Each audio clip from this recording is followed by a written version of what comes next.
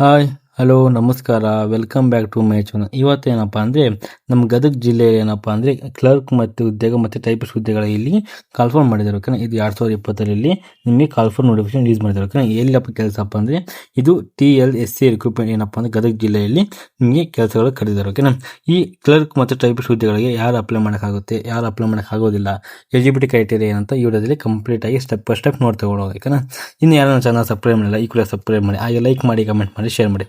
ಮೊದಲನೇ ಬಂದ್ಬಿಟ್ಟು ಸಂಸ್ಥೆ ಹೆಸರು ಬಂದ್ಬಿಟ್ಟು ಏನಪ್ಪ ಅಂದರೆ ತಾಲೂಕ್ ಲೀಗಲ್ ಸರ್ವಿಸ್ ಕಮಿಟಿ, ಅಂದರೆ ಅದನ್ನು TLSC ಅಂತ ಕರಿತಾರೆ. ಓಕೆನಾ, ತಾಲೂಕ್ ಲೀಗಲ್ ಸರ್ವಿಸ್ ಕಮಿಟಿ ಇದು ಗದಗ ಜಿಲ್ಲೆಯಲ್ಲಿ ಇದೆ. ಓಕೆನಾ, ಇದು ಒಂದು ಸಂಸ್ಥೆ ಆಗಿರುತ್ತೆ.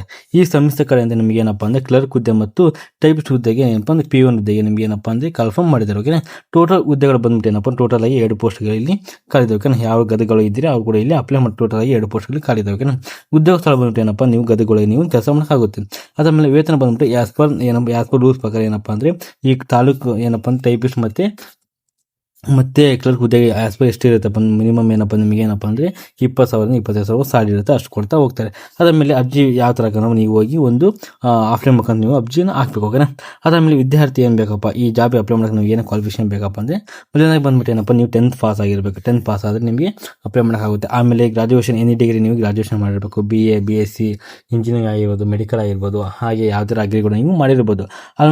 ಅದಾದಮೇಲೆ ಏನಪ್ಪ ಅಂದರೆ ಯಾವುದೋ ಒಂದು ಯೂನಿವರ್ಸಿಟಿ ಕಡೆಯಿಂದ ನೀವು ಪಾಸ್ ಆಗಿದ್ರೆ ಓಕೆ, ಆಯ್ತಾ, ಇದೇ ಯೂನಿವರ್ಸಿಟಿ ಪಾಸ್ ಆಗಿರ್ಬೇಕು ಅಂತ ಕಂಡೀಷನ್ ರೂಲ್ಸ್ ಯಾವತ್ತೂ ಇರೋದಿಲ್ಲ. ಅದಾದಮೇಲೆ ಸ್ಯಾಲರಿ ಎಷ್ಟು ಕೊಡ್ತಾರಪ್ಪ ನೋಡೋದಾದರೆ ಸ್ಯಾಲರಿ ಬಂದ್ಬಿಟ್ಟು ಅವಾಗ ಹೇಳಿದಂಗೆ ಆಸ್ ಪರ್ ಇದು ನೋಟಿಫಿಕೇಶನ್ ರೂಲ್ಸ್ ಪ್ರಕಾರ ನಿಮಗೆ ಏನಪ್ಪ ಅಂದರೆ ಮಂತ್ಲಿ ನಿಮಗೆ 20,000 ಪ್ಲಸ್ ನಿಮಗೆ ಸ್ಯಾಲರಿ ಕೊಡ್ಬೋದು ಅಂತ ನಾವು ಇಲ್ಲಿ ನೋಡ್ತಾ ಹೋಗ್ಬೋದು. ನೆಕ್ಸ್ಟ್ ಬಂದ್ಬಿಟ್ಟು ಏನಪ್ಪ ಅಂದರೆ ಹುದ್ದೆಗಳ ವಿವರ ನೋಡ್ತಾವೆ.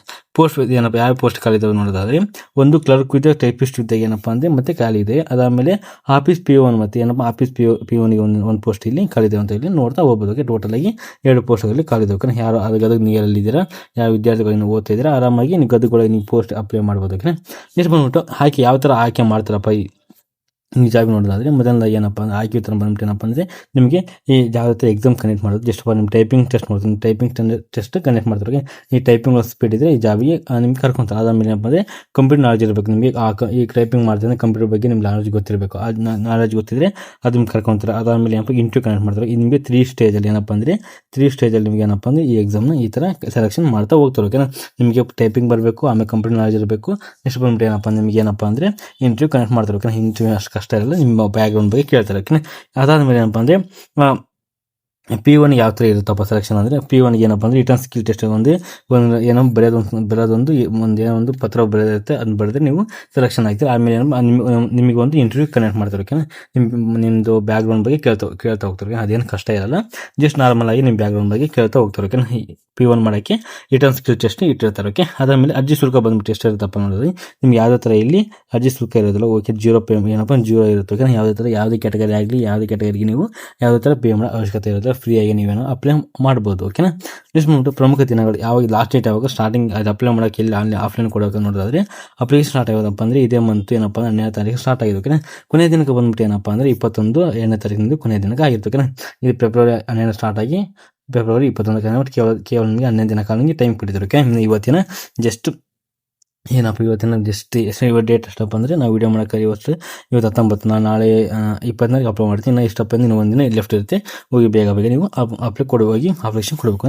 ಯಾವ ಥರ ಅಪ್ಲೈ ಮಾಡೋಕ್ಕಪ್ಪ ಆಫ್ಲೈನ್ ಒಳಗೆ ನೋಡೋದಾದರೆ ಮೊದಲು ನೀವು ಈ ಅಪ್ಲಿಕೇಶನ್ ಫಾರ್ಮ್ ಡೌನ್ಲೋಡ್ ಮಾಡ್ಕೊಳ್ಳಿ.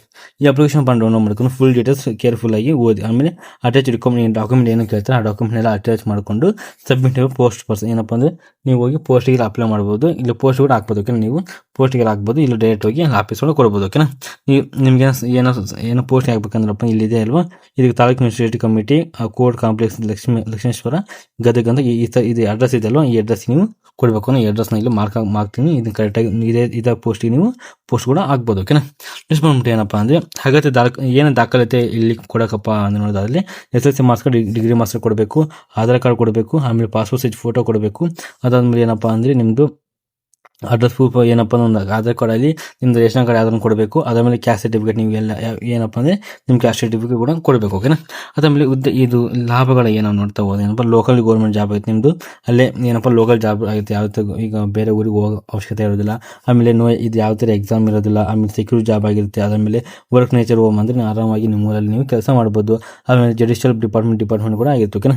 ಜಾಬ್ ಆಗಿರುತ್ತೆ. ಓಕೆನಾ. ಇದು ಬೆಸ್ಟ್ ಆಪರ್ಚುನಿಟಿ ಕೂಡ ಇರುತ್ತೆ. ಓಕೆ, ನೀವು ಲೋಕಲ್ ಆಗಿದ್ದರೆ ಆರಾಮಾಗಿ ನೀವು ಅಪ್ಲೈ ಮಾಡ್ಬೋದು. ಓಕೆನಾ. ಇದಿಷ್ಟು ಯಾವ ಥರ P1 ಮತ್ತು ಕ್ಲರ್ಕ್ ಮತ್ತು ಟೈಪಿಸ್ಟ್ ಹುದ್ದೆಗಳಲ್ಲಿ ಕಂಪ್ಲೀಟ್ ಆಗಿ ವಿಡಿಯೋದಲ್ಲಿ ಹೇಳ್ತೀನಿ. ಓಕೆನಾ. ನೀವೇನಾದರೂ ನನ್ನ ಚಾನಲ್ನ ಸಬ್ಸ್ಕ್ರೈಬ್ ಮಾಡಿಲ್ಲ, ವಾಟ್ಸಪ್ಗಳು ಜಾಯ್ನ್ ಆಗ್ಬೋದು. ಆಮೇಲೆ ಟೆಲಿಗ್ರಾಮ್ ಚಾನಲ್ ಇತ್ತು, ಅದು ಡೈಲಿ ಅಪ್ಡೇಟ್ ಇಲ್ಲಿ ಕೊಡ್ತಾ ಹೋಗ್ತೀನಿ. ಯೂಟ್ಯೂಬ್ ಚಾನಲ್ಗೆ ಡೈಲಿ ವೀಡಿಯೋನ ಅಪ್ಲೋಡ್ ಮಾಡ್ತಾ ಇರ್ತೀನಿ. ನಮ್ಮ ಪ್ಲೀಸ್ ಸಬ್ಸ್ಕ್ರೈಬ್ ಆಗಿರೋ. ಓಕೆನಾ. ಆಮೇಲೆ ಅಫಿಷಿಯಲ್ ವೆಬ್ಸೈಟ್ನ ಡಿಸ್ಕ್ರಿಪ್ಷನ್ ಬಾಕ್ಸಲ್ಲಿ ಕೊಟ್ಟಿರ್ತೀನಿ. ನೀವು ಹೋಗಿ ಅದನ್ನ ಅಲ್ಲಿ ಕ್ಲಿಕ್ ಮಾಡಿ ನೀವು ಅಂತ ಓದ್ಕೋಬೋದು. ಓಕೆನಾ. ಇದಿಷ್ಟು ಯಾವ ಥರ ಕ್ಲರ್ಕ್ ಮತ್ತು ಟೈಪಿಸ್ಟ್ ಹುದ್ದೆಗೆ ಕಂಪ್ಲೀಟ್ ಆಗಿ ವಿಡಿಯೋದಲ್ಲಿ ಕಂಪ್ಲೀಟಾಗಿ ಹೇಳಿ ಕೊಟ್ಟಿದ್ದೀನಿ. ಓಕೆನಾ. ನಿಮಗೆ ಈ ವಿಡಿಯೋ ಇಷ್ಟ ಆಗಿದ್ರೆ ಲೈಕ್ ಮಾಡಿ, ಕಮೆಂಟ್ ಮಾಡಿ, ಶೇರ್ ಮಾಡಿ. ನಿಮ್ಮ ಫ್ರೆಂಡ್ಸಿಗೂ ಕೂಡ ಶೇರ್ ಮಾಡ್ತಾ ಹೋಗಿ. ಓಕೆನಾ. ವಿಡಿಯೋ ನೋಡೋದಕ್ಕಾಗಿ ಧನ್ಯವಾದಗಳು.